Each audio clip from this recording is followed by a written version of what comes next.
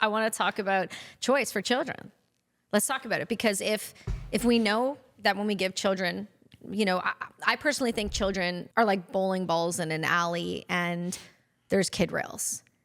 And I feel like as long as you give children a safe, somewhat wide berth, but something they know that there's going to be a line, like a consequence or a responsibility they can smack off of, and it helps keep them calibrated in a way where they can take the risk, they can have these kind of different thoughts and questions and ask things that most teachers are like, why are you asking me that? Well, why don't you explain to me why I need this when I'm 16 years old? How's it going to help me do my taxes, right?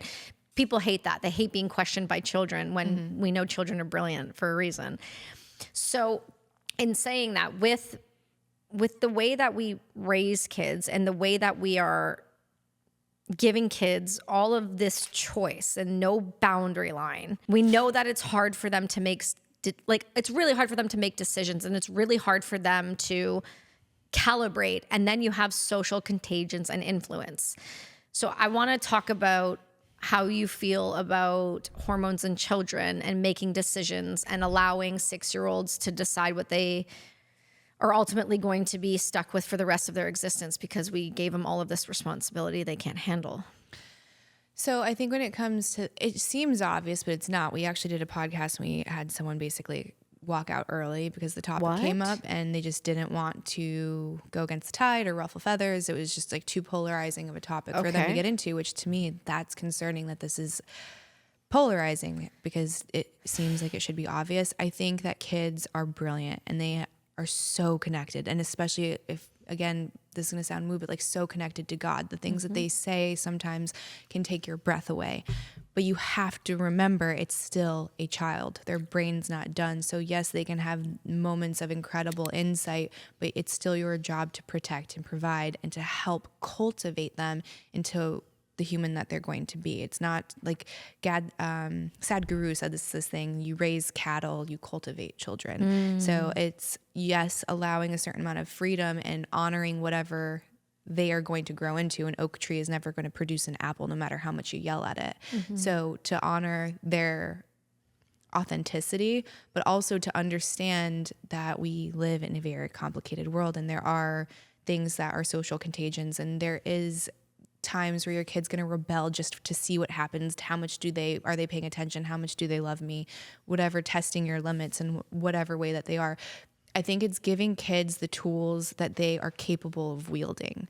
So I hear parents talk about sending their kids to public school and they don't care if they have a bad teacher or if they're learning troubling curriculum, because I'm raising a kid who's going to be a critical thinker and can can block bad ideas, and the importance of exposing them to bad people.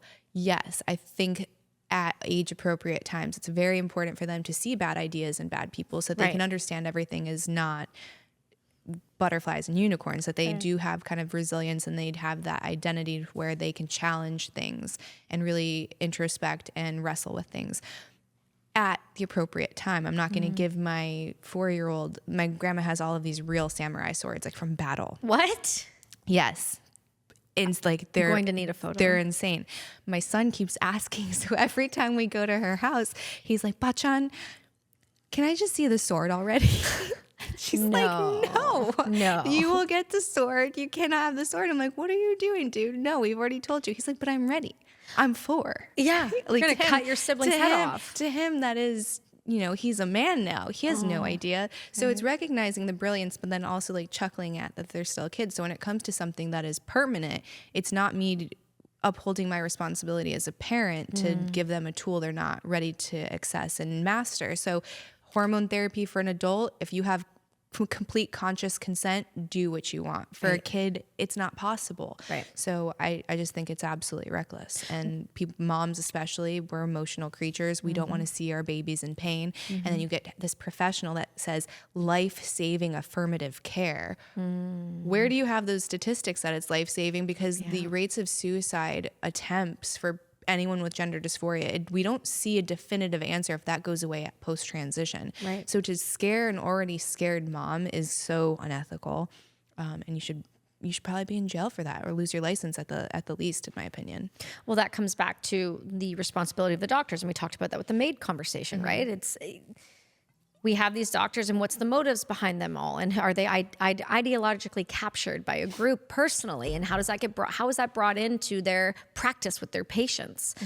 And that is the concern with things like therapy at young ages and leaving a child without your adult supervision in a room.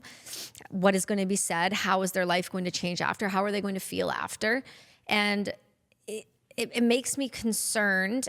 So I guess the next thing is, at what age do you believe adulthood would be a safe spot for that? Because girls, we know their brains develop a little bit different than boys. So is there a number you would put at that?